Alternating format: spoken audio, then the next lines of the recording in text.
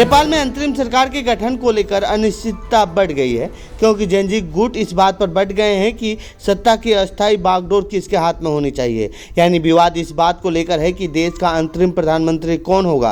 राष्ट्रपति रामचंद्र पौडेल ने कहा है कि मौजूदा संकट का कोई भी समाधान संविधान के तहत ही निकाला जाना चाहिए। जेनजी प्रदर्शनकारियों के जबरदस्त हिंसक विरोध प्रदर्शनों के बाद केपी शर्मा ओली की सरकार की सत्ता से विदाई हो गई थी। खबरों के मुताबिक सेना मुख्यालय के बाहर जेनजी के दो गुटों में हाथापाई हो गई और इसमें कई लोग घायल हो गए। नेपाल में जेनजी प्रदर्शनकारियों के द्वारा किए गए हिंसक विरोध प्रदर्शनों के बाद हालात धीरे धीरे सामान्य हो रहे हैं। कर्फ्यू हटते ही लोग जरूरी सामान खरीदने के लिए बाजारों, दुकानों और किराने की दुकानों की ओर निकल पड़े हैं। का नेतृत्व करने के लिए पूर्व मुख्य न्यायाधीश सुशीला कार्की, काठमांडू के मेयर बालेंद्र शाह और बिजली बोर्ड के पूर्व सीईओ कुलमन घिनसिंह के नाम पर विचार किया जा रहा है।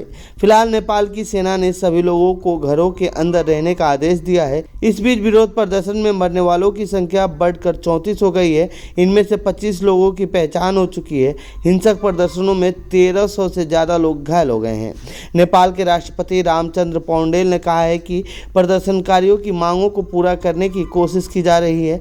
उन्होंने देश में शांति और सुरक्षा बनाए रखने की अपील की है। जेनजी प्रदर्शनकारियों ने सरकारी भवनों, प्रमुख राजनीतिक दलों के कार्यालयों सहित बड़े नेताओं के घरों में आग लगा दी थी।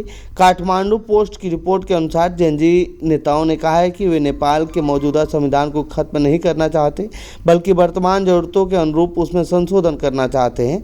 सुदान गुरुंग ने स्पष्ट किया कि उनकी तत्काल मांग संसद को भंग करना और एक गैर पक्षपातपूर्ण सरकार का गठन करना है, जिसमें जेनजी की प्रतिनिधि शामिल हों। तो ये थी नेपाल से जुड़ी हमारी रिपोर्ट। आपको कैसी लगी ये रिपोर्ट कमेंट बॉक्स में लिखें। बाकी देश दुनिया की खबरों के लिए बने रहिए हमारे साथ। धन्यवाद।